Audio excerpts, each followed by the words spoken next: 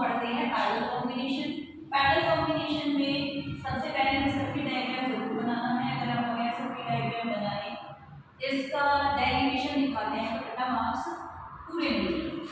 यहाँ पर positive terminal, this is negative terminal, this is a cell of V voltage, R1 resistance है, R2 resistance है। यहाँ से I करंट फ्लो हो रहा है, यहाँ जाता है I1 और यहाँ जाता है I2। बिकॉज यहाँ पर करंट के पास में दो पाथ हैं, एक ऊपर जा रहा है एक नीचे जा रहा है, तो R1 में I1 करंट चला जाएगा और R2 में I2 करंट चला जाता है।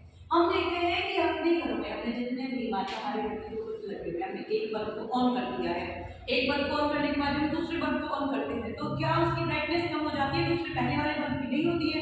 Because these are connected in parallel and they got equal voltage, that's why. तो वोल्टेज क्या बनेगी बेटा? V की वोल्टेज मिलेगी। तो यहाँ पर हमने डिवाइड इसको किया है, क्या डिवाइड हो रहा है? करंट। इसीलिए हम यहाँ रख लेंगे I is equals to I1 plus I2 हम यहाँ रख लेंगे and this is our first equation, ये पहली इक्वेशन। इसी तरह से हम बाय ओम्स लॉ लिखेंगे, बाय ओम्स लॉ से हमें क्या मिलेगा यहाँ पर? V is equals to I1। Ohms law से हमने पढ़ा है constant temperature and pressure, the current flowing through the conductor is directly proportional to the potential difference applied across its ends। तो यहाँ से V is equals to I यानी हमें relation मिली थी, उस रिलेशन का हम यूज करेंगे। तो यहाँ से देखो बेटा हमें I की वैल्यू चाहिए, तो I की वैल्यू निकालेंगे। I is equals to क्या हो जाएगा? V upon R। This is equation number 1 and this is equation number 2। In the same way I1 will be equals to V upon R1, equation number 3, and I2 is equals to V upon R2, this is equation number 4। तो बेटा हम क्या करेंगे? यहाँ से equation number 2, 3 and 4 की value उठाएंगे और कहाँ रख देंगे? इक्वेशन नंबर 1 में। After putting the value we got I1 की जगह हमें क्या रखना है? I की जगह हमें क्या रखना है? V upon R। I1 की जगह क्या रखना है? V upon R1 and I2 की जगह क्या रखना है हमें? V upon R।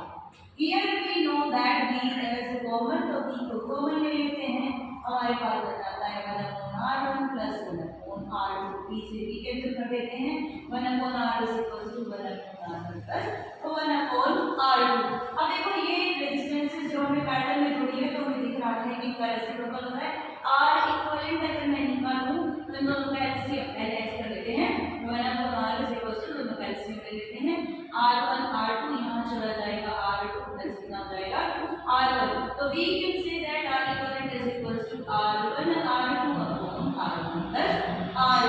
This is the equivalent resistance when two resistances are connected in parallel। तो बेटा एक अब देखो एक बात याद रखने की है, जब दो या दो से ज्यादा रेजिस्टेंसेस को हम पैरेलल में कनेक्ट करेंगे तो उनकी जो ओवरऑल रेजिस्टेंस आएगी वो सबसे छोटी रेजिस्टेंस से भी कम आएगी। देखो एक न्यूमेरिकल से मैं आपको समझा देती हूँ। मान लिया हमारे पास में दो रेजिस्टेंसेस हैं, क्या क्या रेजिस्टेंसेस है? This is 3 ohm and this is 6 ohm, both are connected in parallel. Equivalent resistance निकालनी है तो जब आप इक्विवेलेंट रेजिस्टेंस निकालेंगे तो उसकी वैल्यू 3 ओम से भी कम आएगी। कैसे देखिए, हमने लिखा 1 upon R equal is equals to 1 upon R1 plus 1 upon R2।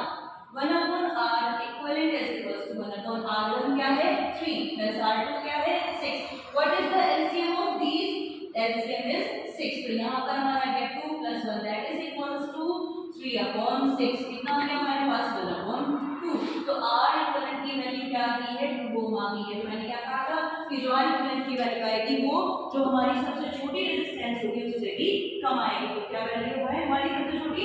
3 ओम है, तो हमारी इक्विवेलेंट क्या आई है? R इक्विवेलेंट 2 ओम आई है। तो इस तरह से हम लोग अगर एमसीक्यूज में हमें क्वेश्चन दिया हुआ है तो हम एमसीक्यूज का क्वेश्चन इस तरह से भी आसानी से विदाउट कैलकुलेशन हम ये चीज फाइंड आउट कर सकते हैं कि दो रेजिस्टेंसेस को अगर हमने पैरेलल में कनेक्ट किया है तो रेजिस्टेंस हमारी क्या हो सकती है। तो इस तरह से तो बेटा ये जो दोनों हमने डेरिवेशन की है, न्यूमेरिकल किए हैं, 3 नंबर का क्वेश्चन इस तरह से फिजिक्स का बनता है। आप लोग उसको बहुत अच्छे से रिवाइज कर लीजिए। Thank you.